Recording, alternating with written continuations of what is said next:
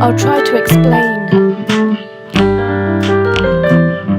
It's like shadowboxing with shattered gains, trains of thought radiating brought about from mediations near the solar plexus. I guess that's what perceiving is. Chemicals leaking, propelled in the furnace of breath, attempting to connect in each session of quick succession. I guess that's what speaking is.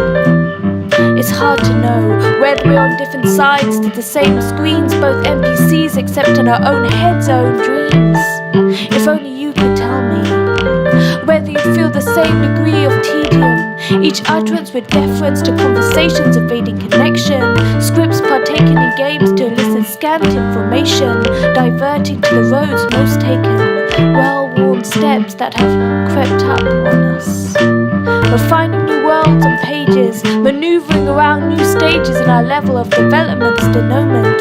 First love, first sex, expectations of the rest, our agendas meld in stages, swapping like template messages, like Kismata, press up, down, left, right, A start points past, so that on the outside we seem two-dimensional. Degrees of separation melt off seasonally like weight, a spate of deflections from emotions, so that we rebuild from the state of pieces borrowed, unknown to the foundations of the world that have sewn our outlines together.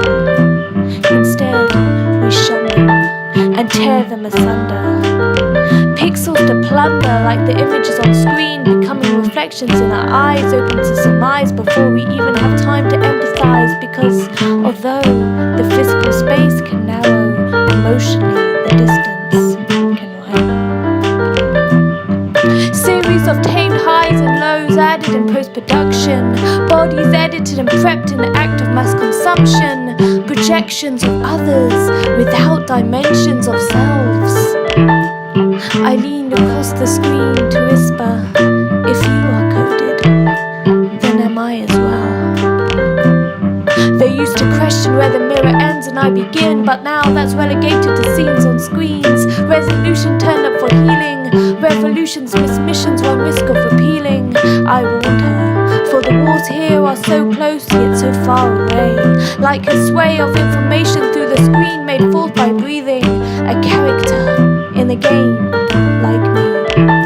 How her world is speculated on, and how I and she past numbers number are seen as NPCs, non-playable characters past the point of numbers and tallies, fading to futile redundancies, staying silent in the main storylines, seen as empty codes with no need for refining, missing the tags of coattails, minor side quests to the main tales, only with the values changed.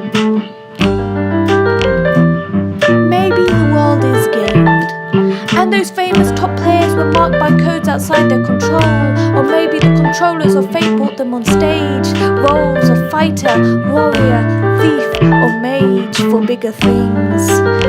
But I want to tell you, we are worth more than the experience bars we hold, held high by society's expectations. Gaming rituals reflected, recitation for everyday usage, viable for hack scenes, rearranged to fit tenses. We are more than tensions for in-game narratives, calculating whether we stood a chance at succeeding before cards dealt. RNG for R&D, spelt, our digits receding, waiting for the tables to turn where we learn to crack the codes, exceeding binaries and creating realities we want to see. Until then, we'll be shadowboxing with shattered games, trains of thought brought about by mediations near the solar plexus. I guess that's what playing the